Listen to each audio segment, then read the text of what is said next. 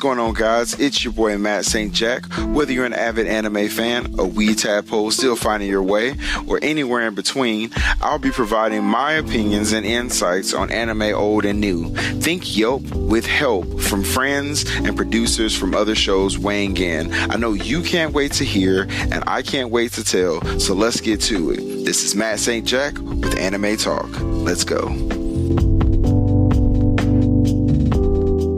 I'm Bo Maddox. I'm Robert Ortegon. I'm Ashley Chancellor. And this is the season finale of Collateral Cinema.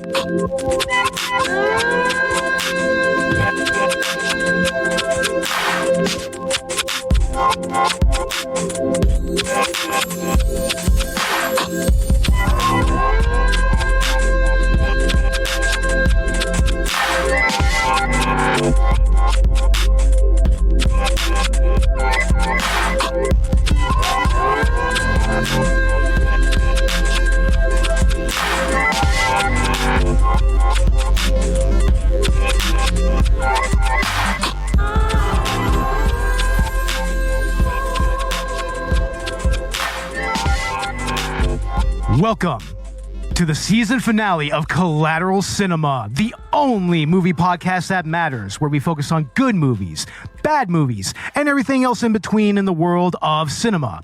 We are podcasting straight from somewhere in South Texas. And yes, my friends, we are a 420 friendly podcast. So whatever you have, be it dabs, blunts, bongs, or joints, smoke it if you've got it, my friends. And Robert is currently preparing our smokage for the evening, right? Oh, hell yeah. Fucking A, right? Oh, yeah. Yeah, it's season finale, guys. What do you think? The season finale of Smallville. Yeah, right? It's been an interesting season. I mean, we talked about some interesting movies this time around. I mean, for one, like, in the Indiana Jones trilogy, that was fun. Fuck yeah. Continuing our exploration of the Rocky franchise with Derek and everything. That was fun. And unfortunately, we have a lost episode this season we're going to have to do again. Because nothing good ever happens to us here on Collateral Cinema, I guess. No, nothing. No. Yeah, the Naruto episode, that's going to have to be redone. Sorry, everybody. Oh, the Dragon Ball Z episode? Okay. Yeah. It's Naruto. Naruto. I was confused. Yeah. How is it so difficult to get your anime right, Robert? I don't know. Robert, Ash, how does that make you feel? You see, Robert, Naruto is about ninja. Okay, Dragon Ball Z isn't about ninja. Dragon Ball Z is about just big bulky dudes. Naruto's nothing like that. It's about ninjas. I mean, it's a totally different they're thing. all Super Saiyan Gohans, you know? There is Super no Saiyan 2 Gohans running there around. There is no you know? Super Saiyan. They're ninjas, bro.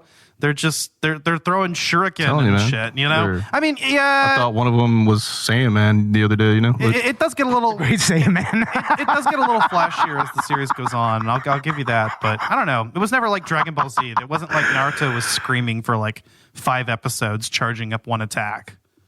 No, they just have Sakura just stay on the sidelines for 10 episodes while Naruto and Sasuke get their asses whooped. That's what happens. The end. Not even that, but... that's what I say it is, Ash. But anyway, yeah, this season has been interesting, and we're looking forward to next season. I mean, we'll talk about that after we finish with this particular movie. And this movie is unfortunately something that we were going to have the Spy Hards join us for. But they had other things come up, so unfortunately we couldn't get them on here, and which is a hell of a stickler because this movie is actually a spy espionage movie. Yeah, right up their alley, right? I mean, yeah, it's right in their bailiwick. So yeah, sorry guys. And it's always nice to be on with another podcast too. You know? It really is, man. It's always nice to have people on here, and we've had some cool guests here. We had Stu from Stu World Order, Derek from Ratchet Book Club and everything. We had Of course, Cinema Recall. Vern was on here. And on the Naruto episode, we had Matt St. Jack, who is in the promo that you heard at the beginning of this episode. Dads from the Crypt are cool, too. Yeah, Dads from the Crypt as well. They're awesome. You know, they helped us out with the 420 episode. I like doing episodes with and also, them. you know, the podcast that wouldn't die. That was also fun. Yeah. I mean, are we forgetting anybody? Hope we're not forgetting anyone. I don't think so. I hope not. Oh, yeah. Frank from Geek Freaks joined us for the Neil Breen episode. Josh, too. Josh comes on. And also Josh. Well, yeah, that's our annual thing. I mean, of course, Josh from Abyss Gazing and Victims Villains, and also his co-host joined us for, that was Eyes Wide Shut. There you go. So hope we didn't leave anybody out there. Yeah. So thank you to all of those podcasts that joined us. Hopefully we'll have many of them come back next season. Oh, yeah. But this movie is actually really, really cool because it works on a lot of levels for us here. Man, this movie made me fucking cry. I'm just gonna go out and say it because it's a sweet movie. Very sweet, adorable as a parent, movie. Especially, like, you know, it got to me. It's been years since I've seen this. I watched this as a kid years ago. Yeah, didn't remember a whole lot of it. Great San Antonio movie. Yeah. It takes place in San Antonio. That's so cool. I know. I was like, yeah, we're going to talk about a little bit of the old San Antonio nostalgia here, and of course we're talking about Cloak and Dagger. This came out in 1981, right? 82 or 83. I know it's right after E.T. So it's like my birth year, right? Yeah. 82. 82, 83. Hey, what do you know? 1982, y'all. I think it's got a year date of 83 or something on it. But. Yeah. Hold on, we're verifying this real quick. 1984 Universal Studios. 84. Okay, so that's actually closer to my sister's birthday. Wow. All right. So it's right after E.T. All right. Yeah, and Cloak and Dagger, which is quite possibly one of the more unique movies that we've done on this podcast, you know, because it works as a family film, works as a video game movie. Yeah. And it's also works as a old school spy espionage movie. And of course, it takes place in San Antonio, Texas, which is actually pretty much our hometown. We all lived outside of San Antonio. About 45 minutes away. Yeah. well, speak for yourself. I grew up mostly in San Antonio. I didn't come out. Yeah, you grew up in San Antonio. Yeah. Yeah. I left when I was 5. I came out to Lake Hills and you know, met y'all by the time I was a senior. So I spent most of my life before then. So this movie's very, very nostalgic for me. Just kind of like watching the scenery and whatnot, because it's like, yeah, it's funny because none of us are in San Antonio now. I'm in Houston, and you guys are the closest to San Antonio at the moment. Yeah, we're the closest from San Antonio. Yeah, we can make it to San Antonio in like 20 or 30 minutes from here. So. Yeah. Right. I mean, you're in the San Antonio area, but yeah, it's kind of funny that none of us are in the city proper at the moment. But it's still, I know for all of us, I mean, we've seen the architecture our entire lives, our childhood. Oh, yeah. Let me tell you. Yeah. Last time I was in downtown San Antonio was when Morbid Angel came to the White Rabbit. So we went to the White Rabbit. It's one of the. It's now the Paper Tiger. For those who are not in the know, that's the local big rock club of the time. You know, that was where all the rock and metal bands and punk bands and rap bands went to have their concerts and everything. You know. Oh yeah. And whatnot. It was a whole thing. Yeah. And this was right smack dab in the middle of Fiesta, which is. If you come from San Antonio, downtown San Antonio and Fiesta is just a clusterfuck. That's actually going on right now as we speak, incidentally. So it's like we actually tried to go and see a concert like right in the middle of Fiesta on North St. Mary Street, like right there smack dab in the middle of downtown. Like Henry B. Gonzalez Convention Center is like a hop and a skip away and shit. You know, you could probably see the Alamo Dome from where we were at and everything. But yeah, this movie works on many, many levels for us. And Robert, this was initially your choice of a movie. What's your experience with this movie, and where did you first encounter it? Yeah, I mostly saw this movie as a young kid, and I had it on a VHS recording, really, so I would just play it over and over and over at the time. And Yeah, man, it's just one of those movies that you can just grow and fall in love with, really, too. It really is. It's kind of, to me, kind of on the same level of a movie like The Goonies a little bit, you know? Yeah. It has just enough adventure, just enough of a, of a family type story involved and everything, but it still kind of goes hard on those elements, like it really goes hard on the espionage elements in this movie, which really, frankly, rewatching this surprised me quite a bit. Yeah. It's like, I mean, it's actually a pretty cool little spy movie when it comes down to it. I mean, it's your classic, military secrets being sold to foreign spies scenario and everything. And it's all in a Cloak and Dagger cartridge. It's always a great time watching this movie, really. Yeah. I mean, I don't know. It's a great film. I wasn't sure how much of this movie was actually happening for the longest time, because we know that Davey hallucinates Jack Flack, so it was like I couldn't tell if everything else was actually really going on or not. It sounds kind of bad. I told Bo that. Kind of like his dad. I'm like, I really don't know if I believe him either, right? So it's like... I was telling Bo that, too. Yeah. Because the body just disappears in the beginning. I was like, this feels like Sidekicks with Chuck Norris just popping in and out. Well, here's what it is. He's hallucinating Jack, but everything else is real. It's pretty obvious that, I mean, it's not like any type of dream scenario that he's dreaming up. I mean, he's even walking through Windsor Park Mall, like talking to, there's scenes where they show him where he's literally talking to himself, but, and then next scene, Jack is right next to him. And like an imaginary friend, like almost like Drop Dead Fred. Yeah, it's kind of a little bit like Drop Dead Fred, just without the terror and the horror and the psychological... torment. Oh my god, yeah.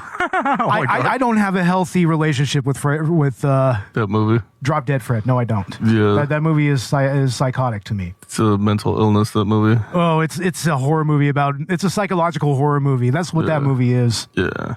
But anyway, I guess first off, let's go ahead and just kind of talk about the actual plot of the movie a little bit. I mean, it starts off with this kid. He is more or less just really, really into espionage. I mean, that's his whole bailiwick. Spy magazines. Like video games. He actually kind of knows a little bit about, OPSEC a little bit and InfoSec and whatnot and all that tactical espionage shit. And he has his little friend. What was her name? Sherilyn? Or Kim? Kim? It was Kim. Yeah. She kind of goes along with it, but she's very embarrassed by it. Yeah. She starts thinking he's a fool and shit. Yeah. And they have a friend at Windsor Mall at a game shop, which I just want to comment about Windsor Park Mall, because I think nowadays it's actually owned by a company called Rackspace, and it's this huge campus that they converted for their employees. So it's like it's pretty much a corporate center now, and like they keep a food court for their employees and everything. It's kind of a thing that a lot of companies like to do with dead malls and everything. They like to kind of refurbish them into their own little corporate headquarters. But, man, I remember what Windsor Mall was like. I remember there was an Aladdin's Castle there, which was an old-school arcade chain. Man, and then this was back in, like, the late 80s and early 90s. And so they would have had games you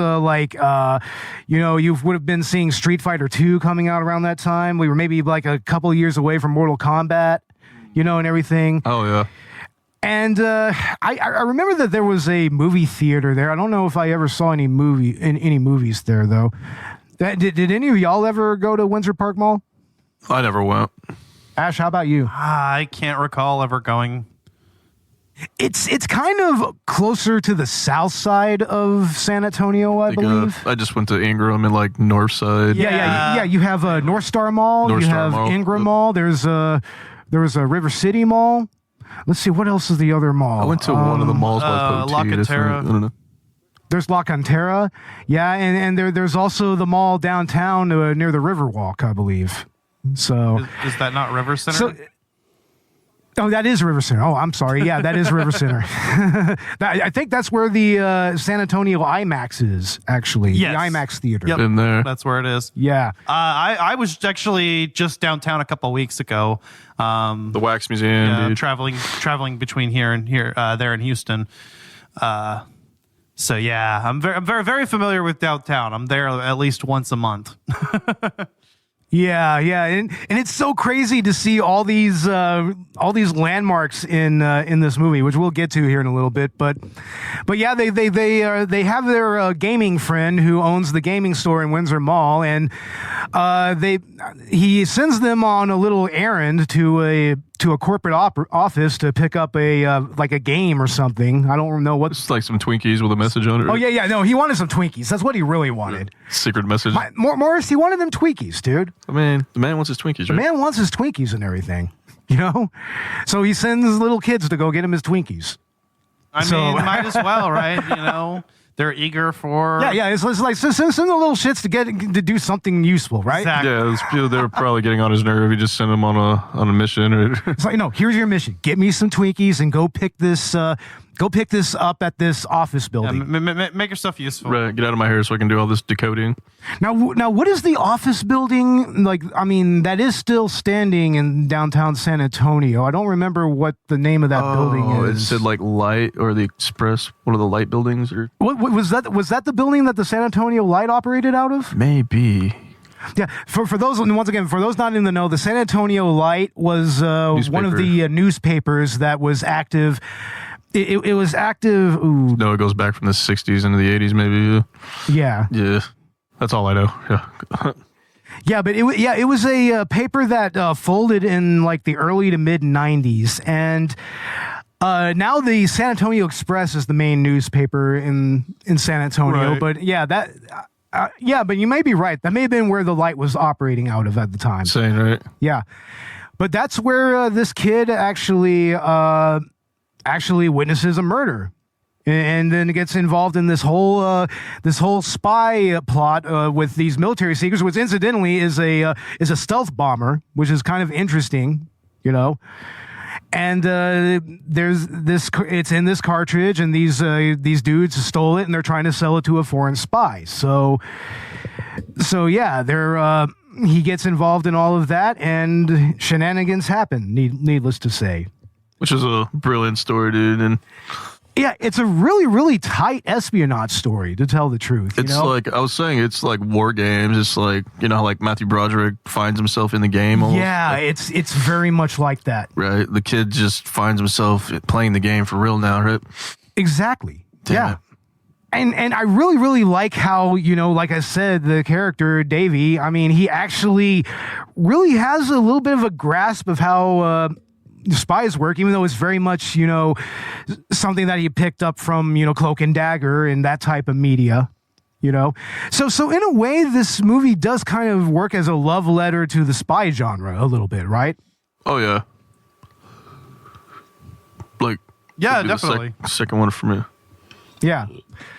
But anyway, I've always liked Arnold Schwarzenegger's True Lies, too, right? yeah, that's another good one. That's a good one. Yeah. Yeah. But yeah, what I like about this is like we're talking a little bit about the San Antonio nostalgia there a little bit, but it also works as a video game movie, which is interesting because, of course, Ash, you are the host of Collateral Gaming. Yeah. Yeah. What have you guys heard of, like they made an actual tie-in game to this, right? Yeah, it was Yeah, just and definitely originally- before the movie. It was originally called Agent X, so that's what that's a reference to in the movie when he's like used to be called Agent X. It's because the game was called Yeah. Agent X, and then they decided to make it a tie-in with the movie, so they renamed it Cloak and Dagger, and there you go. Interesting. But it's a real game, yeah. I don't know much else about it, but I thought that was pretty cool. We need to get a hold of it. Honestly, we should get a hold of it and play it, and maybe do a bonus round of Collateral Gaming. I have a retro. Yeah. I have a retro Atari, dude. So we just need a copy. Well, how much is the copy, though? Yeah. I don't know. I mean, retro game prices nowadays are absolutely fucking ridiculous Yeah. right now. So, It's another one of those bubbles that'll pop. That's a whole nother conversation. But yeah, we'll get into that some other time. But yeah, that cartridge actually has like this like secret data on it. I thought that was interesting. Yeah, it's interesting that they would actually put it in an Atari. This is an Atari 7200 cartridge, I believe. Saying it. Yeah.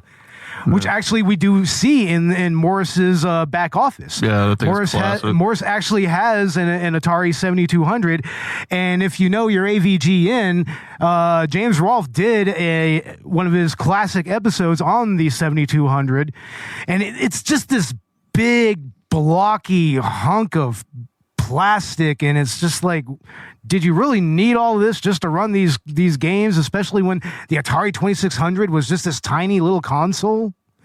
I mean, Jesus. Yeah. I mean, that thing is absolutely massive. It's pretty crazy. It's like the games, I think even for that time, I don't think were that technically impressive.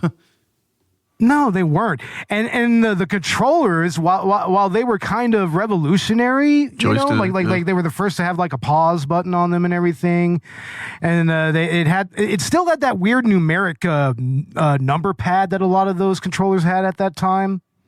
I don't know why the fuck they would go with that. I mean, ColecoVision had it, and Television had it. I remember a lot of those in my childhood. But yeah, and of course the power supply is this huge hunk of machinery as well, just ginormous. But it's still pretty cool to see it featured prominently in this movie. Oh fuck yeah, dude! It's like an ancient relic, right? Shit. Yeah, man, and like it's kind of cool to see the game store that Morris is operating out of Windsor Mall, like. I mean, this was, of course, before the days of, GameStop. I mean, before EB Games became GameStop and whatnot. This was probably back in the day when, Babbage's was probably like their contemporary at that time. Because I remember at least at Ingram Mall, they had a Babbage's. And that's kind of one of the OG names of like electronics boutique. And then it eventually merged with GameStop and everything. So it's kind of really, really cool. That was a little nostalgia trip seeing an old school game store like that. From back in the day. Although I remember my local Game World, like that was the first real video game store that was independent in San Antonio. Yeah. And man, that was back in the days when they had all the PlayStation games, Dreamcast had just come out.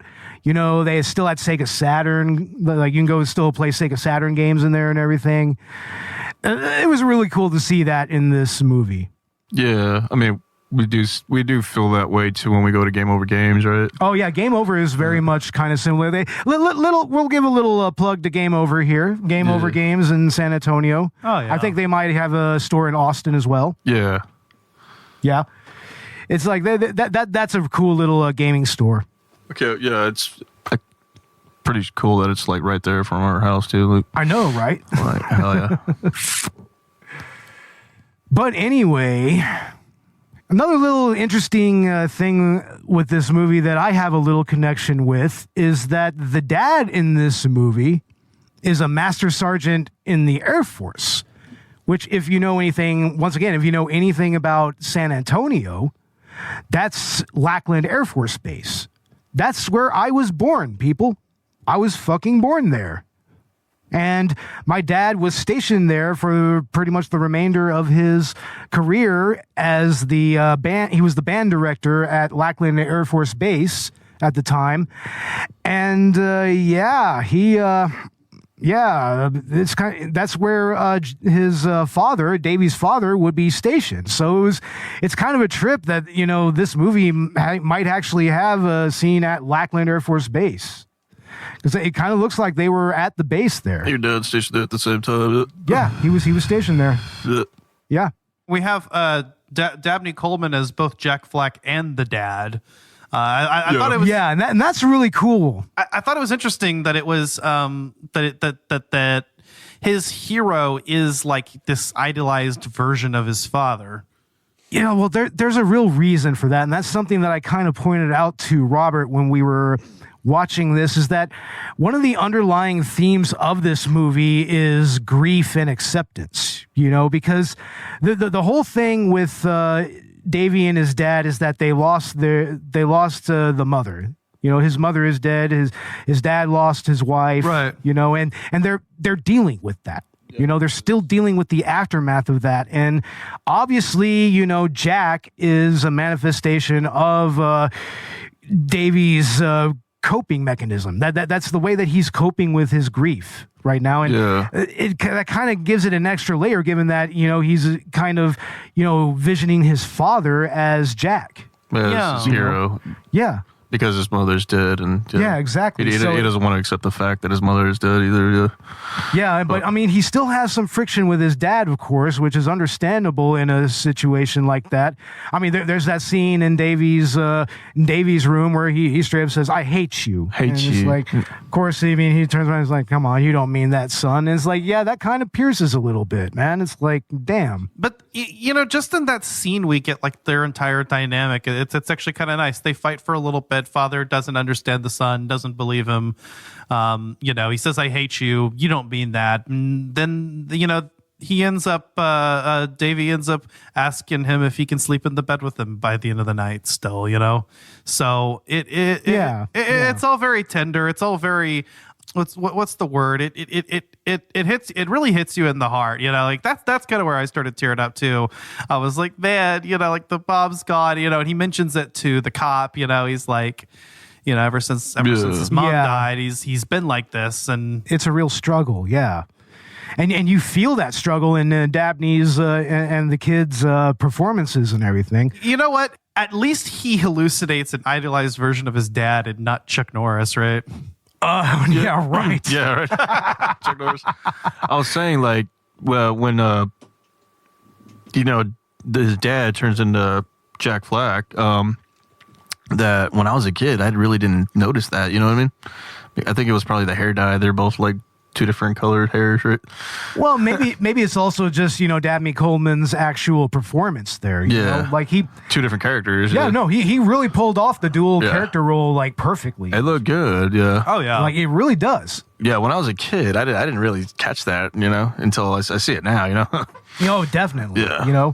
And I mean, he actually gives a very tender and nuanced performance, as the dad, but then he's also, really enveloped in the character of Jack Flack as well, So, I mean, he really helped sell this movie in a very unique way. The most exciting game Davy ever played got me. was Cloak and Dagger. No one could believe how much he liked it. Time to go, Jack. Is he always like that? Usually. So naturally, they wouldn't believe that the game could become real. Don't let them get it. Tell the FBI.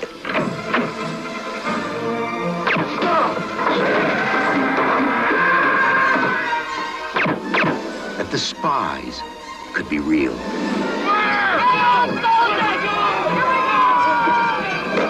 That the danger could be real.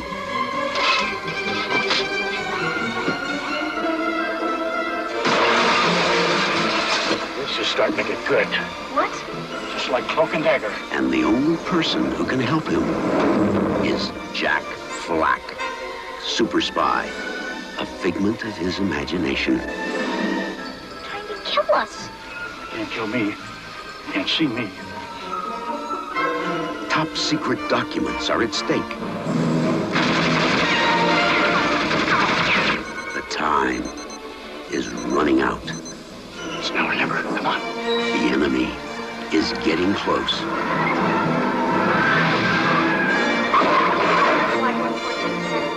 Stop them! Whoa, just a second there, son. Now, come on, this is Cloak and Dagger. For real, it's what you always wanted.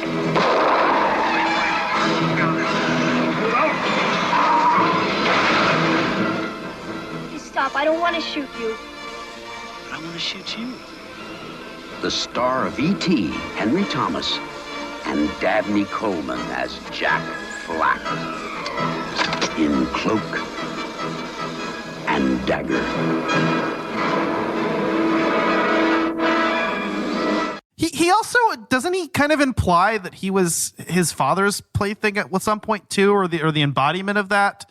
I mean, obviously it wouldn't have been the actual figurine, but does the spirit possess like some toy of his dad's or something? I don't know what was going on there, because he was like it was the same way for your dad, when he stopped believing.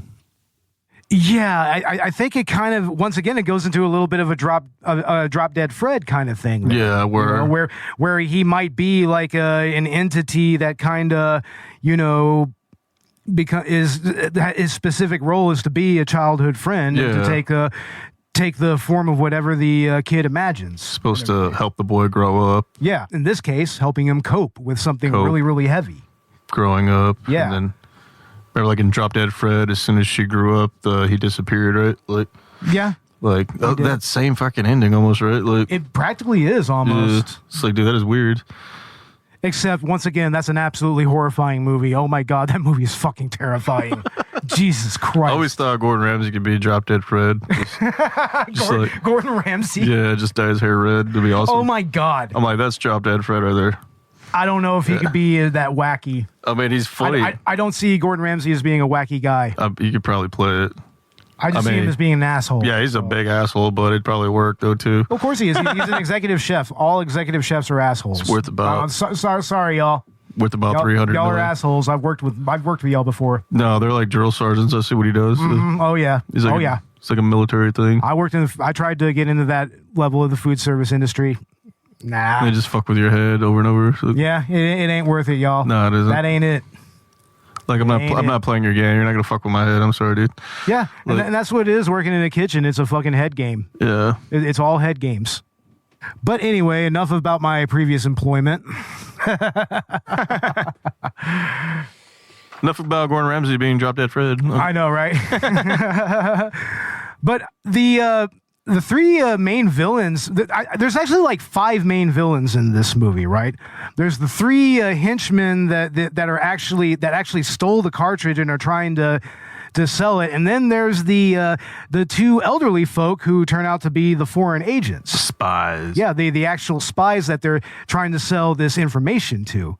And I gotta say, the actual 3 henchmen, like, I don't remember their actual names throughout, but they really are really menacing characters throughout this movie. Like, I mean, they're ruthless even. I mean, they killed Morris, for fuck's sake, dude. Morris. They executed him and put him in a goddamn trunk.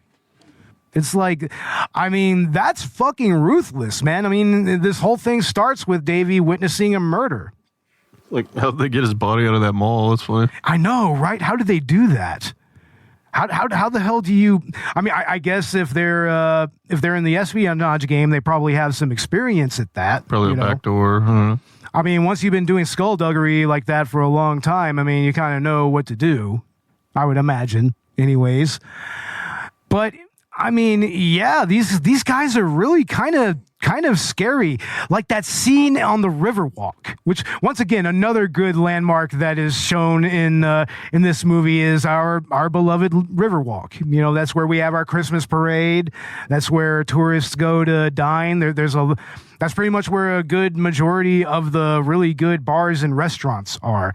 They're pretty much located on the Riverwalk and everything.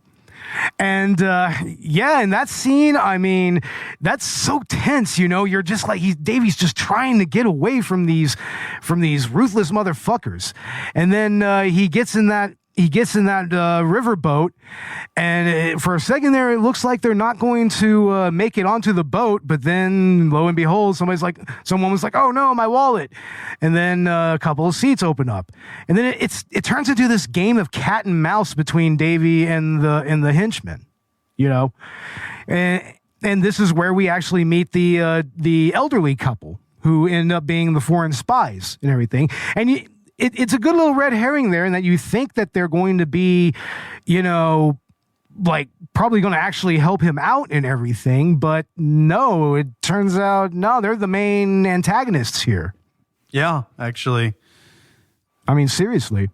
Yeah, I mean, that's a classic trope right there in espionage media and everything is, identifying somebody by, how many fingers they have or by some other weird feature that can be easily hidden and everything. So what that's about pretty classic. Where does the six-fingered man from Princess Bride fit in? I don't know. Oh my God. But, I mean, yeah, the elderly couple, though, yeah, you think that they're going to be this sweet, nice couple who are being nice to Davy, and you think that they're going to help him and everything, but they're the ones who were after the cartridge the whole time. Which raises some questions about their interactions with the other guys that were chasing the boy. Yeah. Well, it's not really indicated that the henchmen know who they are, because they have to go by that same identifying information as well, with the two fingers.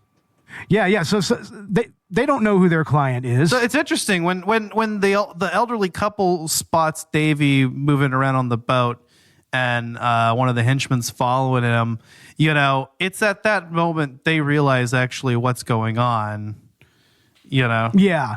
No, yeah, they know exactly what's going on there. They're probably aware that, there's a kid that has their cartridge. They're probably already aware of that information. And then they're looking for him, and they see the kid and the henchman following him. So it's kind of cool because, when you first see it, you're thinking that they're like, oh, hey, why is this man following this kid? This is weird. And they decide to step in. But in reality, that's their cue that this is the kid they're looking for. Exactly. Yeah. And on that riverboat, they tried to straight kill Davy, man. One of them causes a distraction, and that other dude just straight lunges with a switchblade and tries to stab Davy, but he's able to jump onto dry land and run off. I think he runs to another San Antonio landmark that's featured here, the Alamo. The Alamo, man. The fucking Alamo. I heard that they actually had to build the interior of that because, if you've ever gone to the Alamo, you can't take photography in there or. No, you can't. They had, it's very similar to what happened with, Pee-wee's Big Adventure and everything. They had to create it on a soundstage. But that's what it looks like on the inside of the Alamo. So yeah. I mean, yeah, if you've really been to the Alamo and you looked on the inside, it's not that difficult to replicate. It's really just one huge, it's a chapel, so it's pretty much just one huge room with a couple of chambers on the side and everything. Oh, and totally a basement. There's no basement in the Alamo. With the 50s Schwinn at the bottom. Yeah, that's where you'll find Pee-wee's bike. The distinctive shape that the Alamo is known for wasn't added until modern times. Yeah, that's another thing about it. Yeah, because it was actually restored, right? Yeah. Yeah. During the battle, it was a fucking almost falling down. No, I mean, yeah, it took a bunch of canyon fire, know. Oh, well, whatever. Those dudes were slavers. Mexico was right. Ooh, shots fired. Shots fired. I don't know. They caught Santa Ana slacking though, didn't they? I mean, no, Santa Ana caught them slacking in the end. I mean, they did overwhelm them, I mean, but they caught Santa Ana having a siesta. I mean, homie was just like, hey, it's the middle of a war, but we got to have our sleep and make a whole thing out of it. Raul, what's his name from the Addams Family? Raul Julia? Yeah, playing Santa Ana. Oh, he plays Santa Ana? That's really? a good fucking film. Ooh, we got to watch that, dude. I love me some Raul Julia, dude. I watched that in junior high, history. I'm a huge fan of Raul Julia, man. I was very, very devastated when he passed away. Yeah, it was fucking... So, I mean, I would love to see that movie. It's pretty sudden when he died. Yeah. But another landmark that we see in this movie is the Sunken Gardens. Which is we have a Japanese Sunken Gardens in the middle of downtown San Antonio. It's closer to like Brackenridge Park, and I think around there's also the Sunken Gardens Theater there, and that's actually where I saw my first rock concert. I saw, let's see here, it was Foo Fighters, Creed, Big Wreck, Stabbing Westward, and some other band I don't remember, but. Yeah, I saw Foo Fighters. We left before Creed, though. We were just like, it's just Creed. Even back then, and this was when they were actually kind of good. Well, we're still like, it's just Creed. No, this was back in court is in session. Verdict is in. No appeal on the docket today. Just my own sin. So let's go. I said, oh. That fucking shit. Yeah, that was on the radio at the time. That because Foo Fighters had just released The Color and the Shape. I mean, that was they had their My Hero, Everlong, classic fucking album, and I saw all that live. But yeah, that brings back some fucking cool memories as well. Because Sunken Garden Theater, I mean, I think they still have concerts there from every now and again. For the longest time, they had a Bob Marley fest there that was really, really popular. So, with arms wide open. Oh my god. But yeah, that's where they do a classic, trade-off. They kidnapped Kim and they want the cartridge. So they meet up at the Sunken Gardens. And I mean, if you've ever been there, it's a pretty serene place. It's actually pretty cool. Yeah. I think nowadays they call it the Japanese Tea Garden, though. Yes. I wanted to say Tea Gardens. Yeah, but they it used to be called the Sunken Gardens, I believe. I may be wrong. I'm not entirely sure, but yeah. But yeah, in the end, there's that whole scene at the airport where everything finally culminates, and we finally people are starting to take these kids seriously, and people are realizing like, oh, holy shit, there's actually something going on here. And it leads to this really, really tense scene where like it's total pre-9/11 airport right there, man. I mean, no TSA, like you could bring lighters and shit like that onto I think you could still smoke on planes at that time.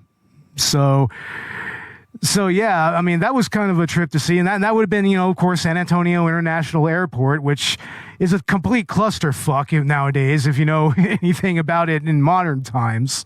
To be fair, it was kind of a clusterfuck back then, but honestly, I mean, it was kind of cool to see that in this movie as well.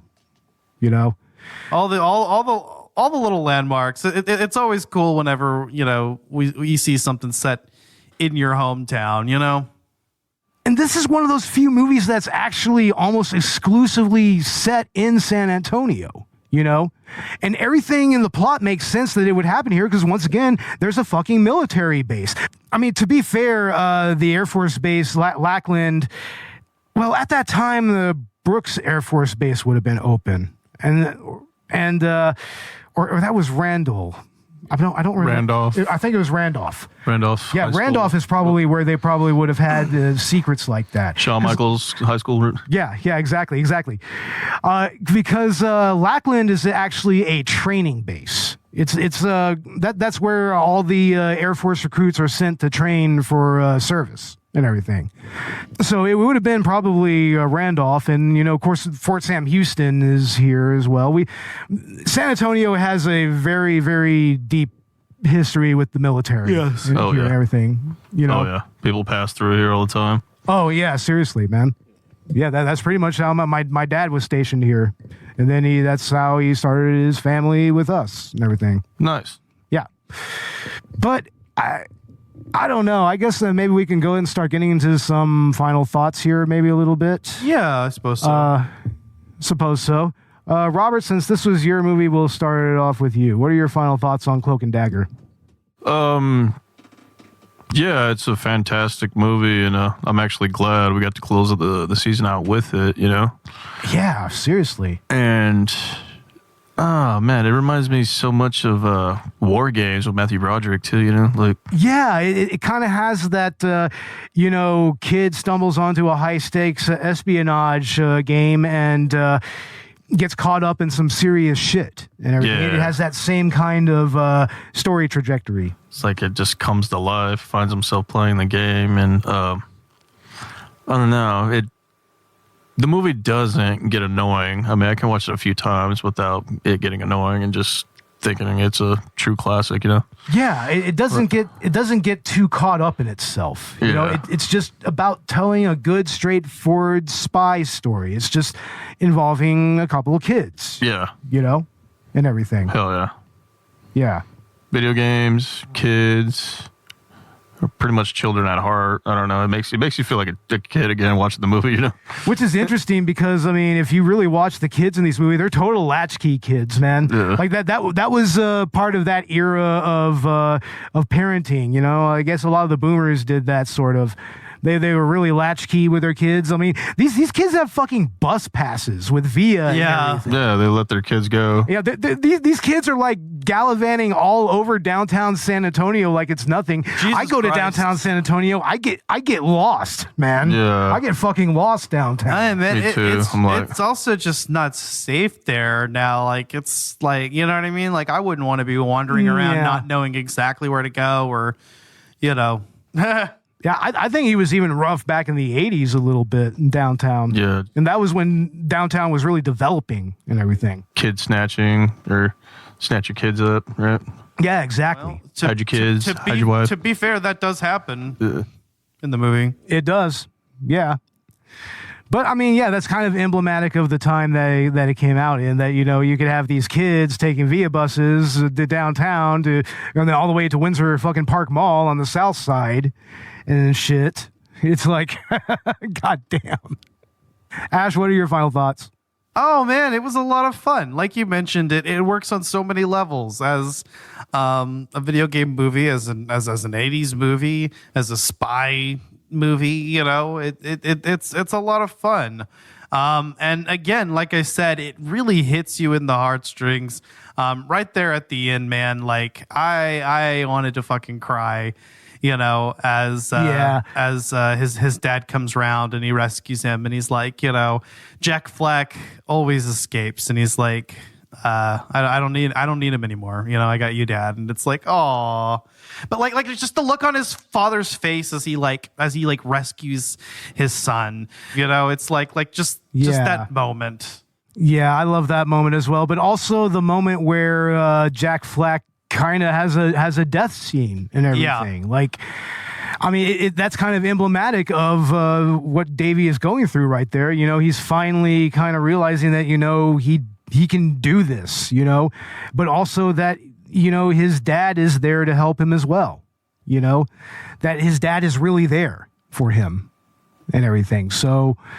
Yeah, it's a really meaningful moment, and yeah, it really makes that final scene where his dad walks up just that much more impactful. And as for my final thoughts, once again, this movie is just like a warm blanket for me for so many reasons, mainly because of the fact it's in San Antonio, so it's like, yeah, my hometown. I've been to almost all those places in San Antonio that were featured here.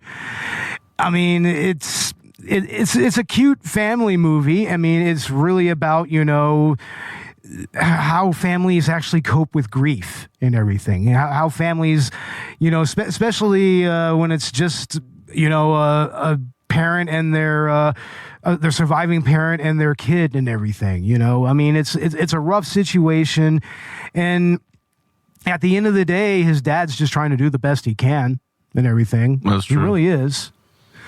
But, I mean, at the end of the day, I mean, that's what leads to that great moment, at the end where, finally, they're kind of reunited in a way, and they can finally kind of move forward as father and son, past this trauma, past their grief and everything. So, I mean, yeah, that was so fucking beautiful and everything.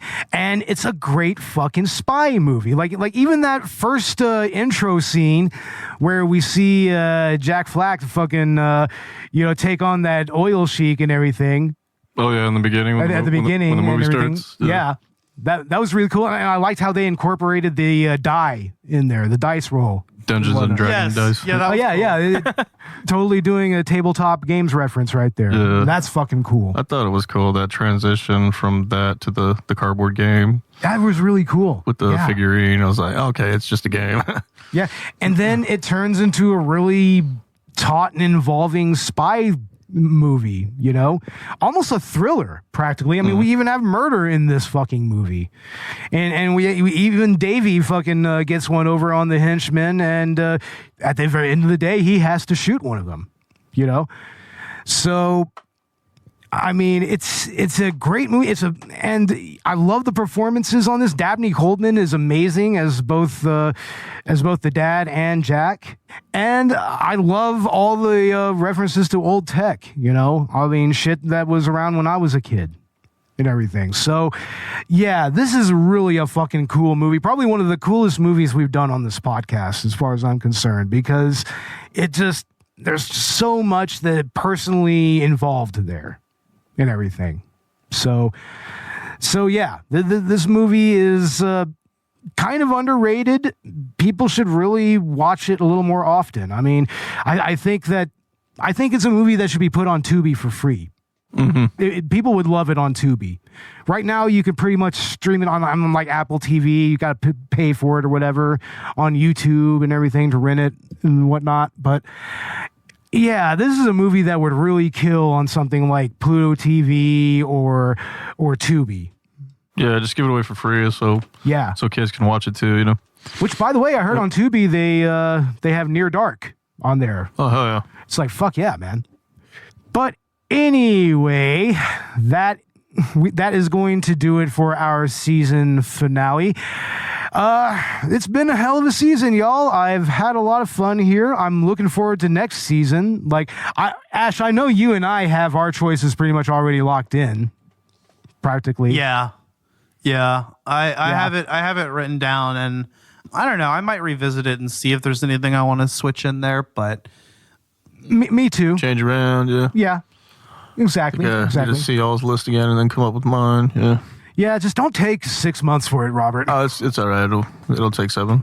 God damn it, Robert. Come on now. I'll be in between movies, so I won't have time for a lot of things. Yeah, we should be getting into production on some new films here pretty soon. So it's like, and it was awesome during this season to actually release Texas Sundown finally.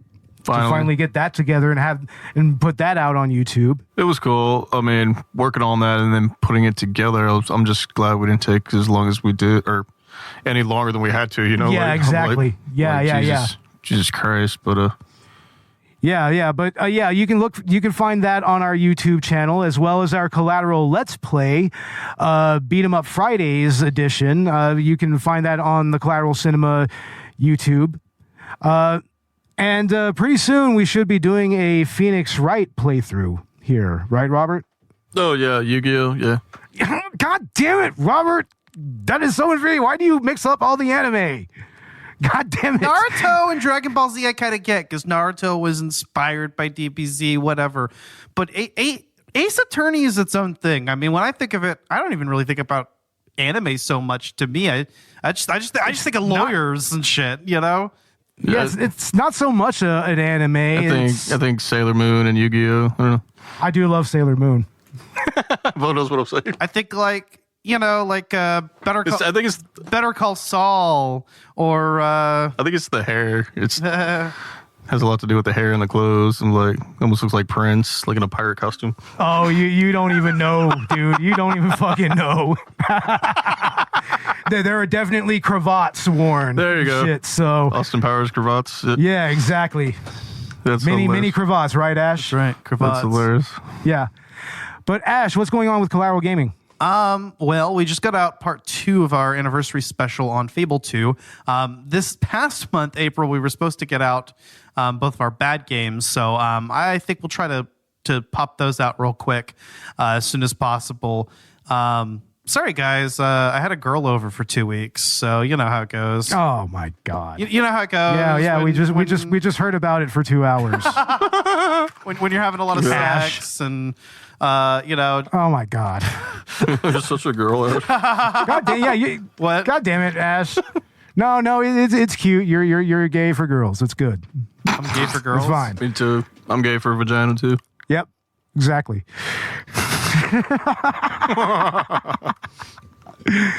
Yeah, so we should be getting out E.T. the Extraterrestrial and Plumbers Don't Wear Ties, but actually in the opposite order, probably.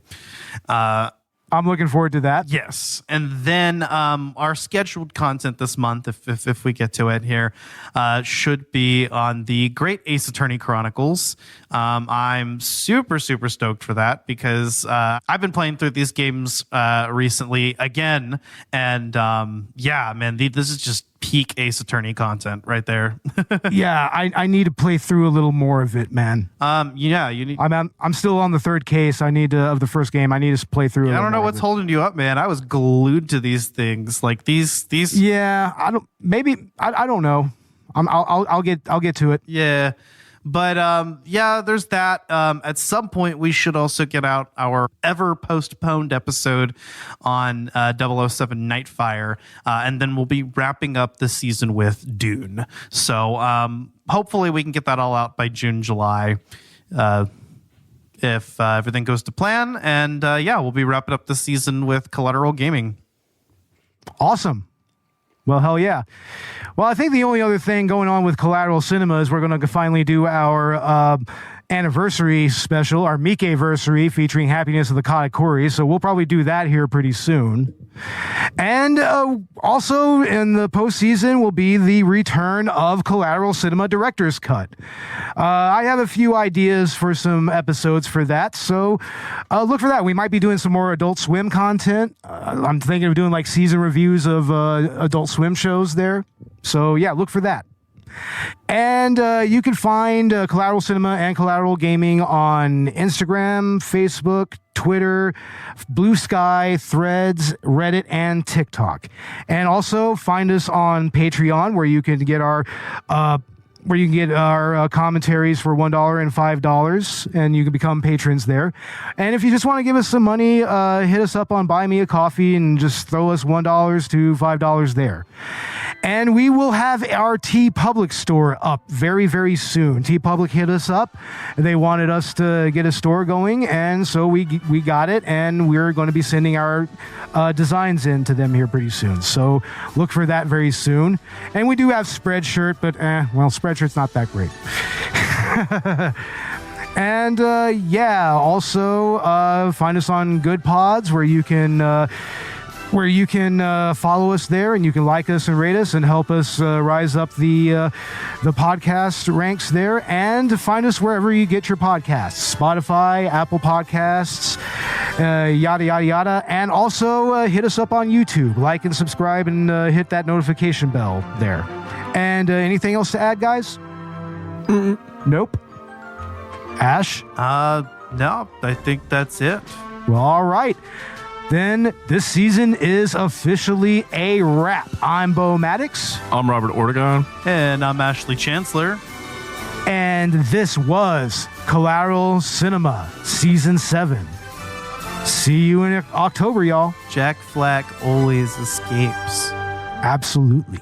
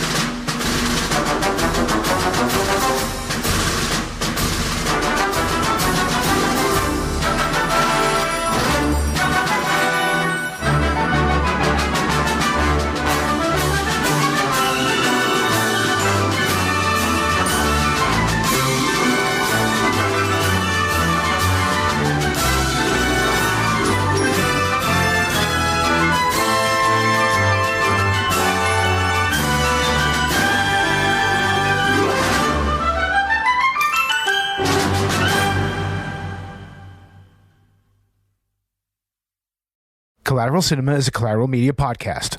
All music and movie clips are owned by the respective creators and are used for educational purposes only. Please don't sue us. We're poor.